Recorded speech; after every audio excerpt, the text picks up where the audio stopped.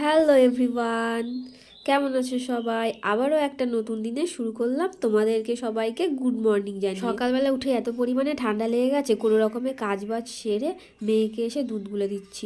ও বই নিয়ে বসবে খেয়ে, আর আমি ভাবছিলাম একটু চা করে খাবো, কিন্তু আবার একা একা চা খেতে কার ভালো লাগে বলো, তাই আর চাটা করা হয়নি। তো এক মগ জল খেয়ে নিলাম, আর কিছু ড্রাই ফ্রুটও খাই, সেটা কালকে রাতে ভেজাতে ভুলে গেছিলাম, তাই আর খাওয়া হলো না।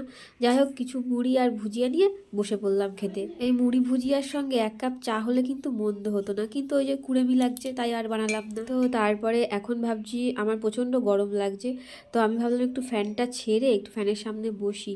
সকাল সকাল এত পরিমাণে ঠান্ডা লাগে, ঠান্ডা লাগলে না আমার প্রচণ্ড গরম লাগে। তো তারপরে দেখছি মেয়ে হচ্ছে খেলনানো হাতে লাগিয়েছে, বেশ ভালোই লাগছে। আমি বললাম আমার হাতে একটু লাগিয়ে দে, দিয়েও বলছে তোমার হাতে লাগলে তো তুমি তো কাজ করবে, ভেঙে যাবে। আচ্ছা যাই হোক, আমি তাও বলছিলাম।